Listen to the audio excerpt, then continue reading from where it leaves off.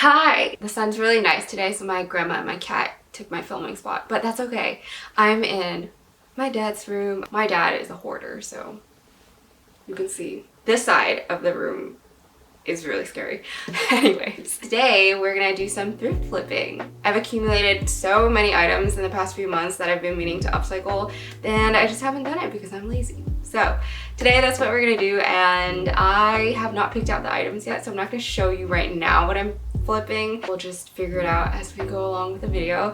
But I do know there's a pair of Tims, pink Tims, that I wanted to paint black, so we're gonna do that, I think. Otherwise, yeah, I think that's pretty much it. Let's get started with the video. This is the most unflattering spot. Let me just show you guys. I'm so in love with these shoes. This is the pair of Tims that I wanted to thrift flip. My mom and my grandma are sitting right in front of me. These are pretty old. I got these last year in New York when I was still in New York at the Goodwill outlet for $5. If anyone's ever been to a Goodwill outlet, what happens is you purchase things by the pound. And so however heavy this is, it's just the per pound price of that. So I went out to Michael's and I got this leather acrylic paint. And I think 1 or 2 coats of this will be fine. These are the shoes, and honestly it's pretty good quality for the fact that I found it at a thrift store. There's a little bit of scuffing and dirt here. I think the sole is still intact and it looks really pretty good, TBH. So yeah, that's what these look like. I guess, oh my god. I guess I'm gonna go ahead and start painting this. I'm gonna take the shoelaces out. I already washed this, so it's not as gross. But when I first got it, it was a little bit grosser. It had like dirt on it and everything. And I smelled it. I know, really gross. But usually they use duct tape for this, but I just have this wrapping tape. So I taped it down here. This looks very black, and that is not good. So I basically spent the next 2 hours just painting these boots in silence because I forgot Spotify existed, and ended up using some duct tape that my mom found in that one room in our house that I never go into because it's creepy. So yeah, this ghost duct tape helped me a lot with painting. Here's how everything is looking, and you can kind of see the pink peeking out right here. I got kind of lazy, and also once I have the laces on, it's just gonna tie up there so no one's gonna see that. They just look like a standard pair of booties now. So yeah, I'm gonna let this dry a little bit more and then put the laces on, or I might get new laces for these, and yeah, we'll see. And here's how it ended up looking a few days after, with some black laces that I pulled off of another pair of shoes. The laces it came with originally were gray and pink mixed, so I just preferred the all black look.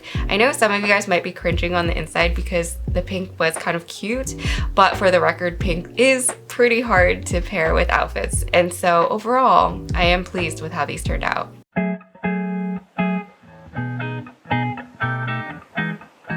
I'm gonna pop a disclaimer before this next flip because the next one is probably gonna be the most impressive flip out of this entire video, and that is because I did not do it myself. Alright, my mom's actually gonna join in on the thrift flip. So we found this at Lord & Taylor for like $5, and she really likes the fabric, but it's 3XL.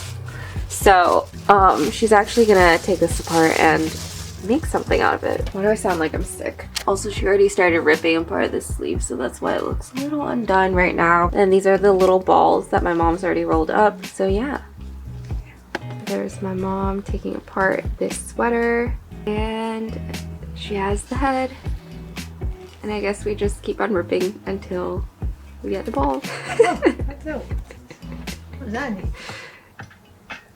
And so here's my grandmother and my mom just unraveling this sweater. Let me tell you, there was so much string. It took, I think, 2 days just to unravel the sweater by hand.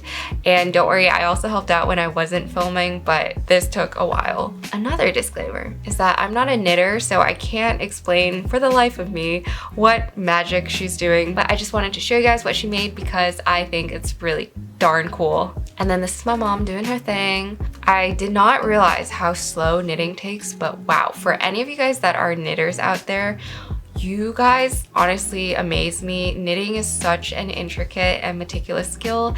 And also, anyone who knits, you know that their style is always gonna be fire, so please teach me your ways. The other thing is my mom can do this without even looking down, which is crazy. She basically just finished knitting all of this during our family bonding time, i.e. my parents watching Chinese dating shows whilst I sit in a desk 3 feet away from them, grinding at my video editing. Yeah, this is how it turned out.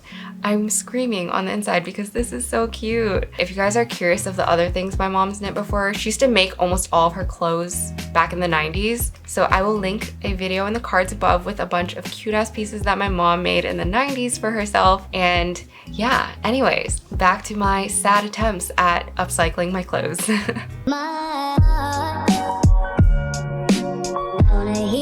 Okay, oh, I look so messy. The next item, I think I'm gonna do this shirt. Yeah, it's just a little bit too large and matronly for my taste. Sorry you can see everything in my house, but this is yeah, this is a pretty average Joe right here. I'm gonna flip this over actually and then see how many inches to take off. This is how it looks, and this gives me absolutely no shape at all. Not that I have any shape.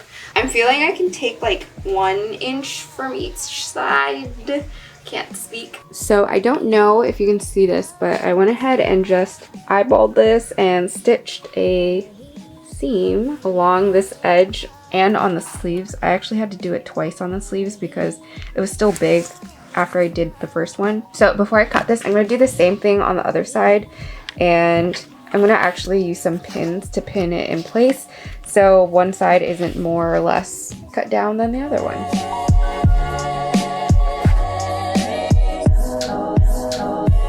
So this is how it looks. What I want to do is add ruching to the side. So I'm going to go ahead and cut this extra fabric that I sewed out, and then we're going to make the ruching.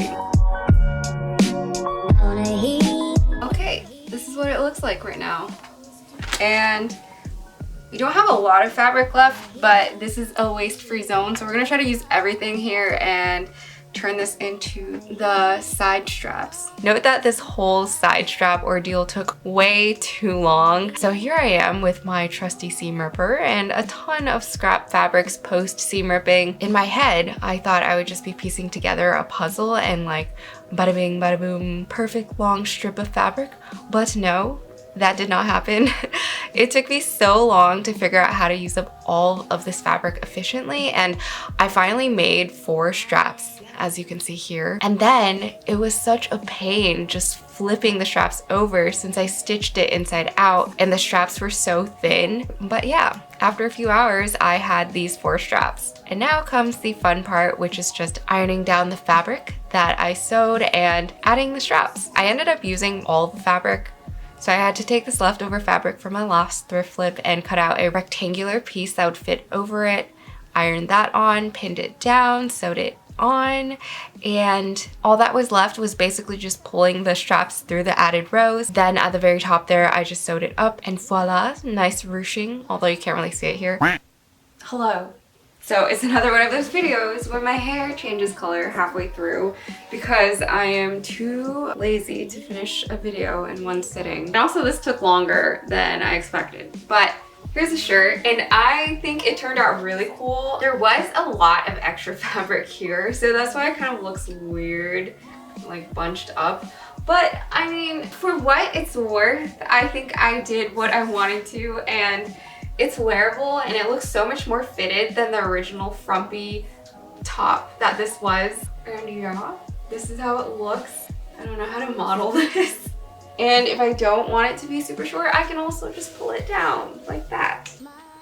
Just gotta take my pants a little lower. So yeah, I did not ruin this one.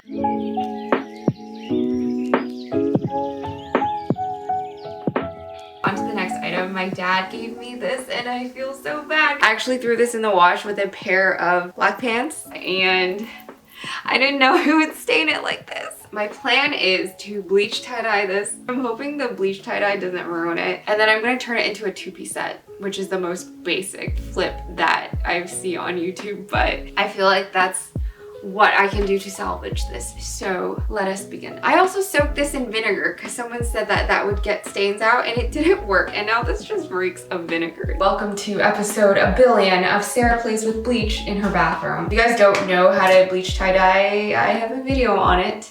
And I'm actually wearing that shirt that I tie-dyed in my bleach tie-dye video. I have my bleach, a water bottle, and first thing I'm actually gonna do is just chug the water, not the bleach.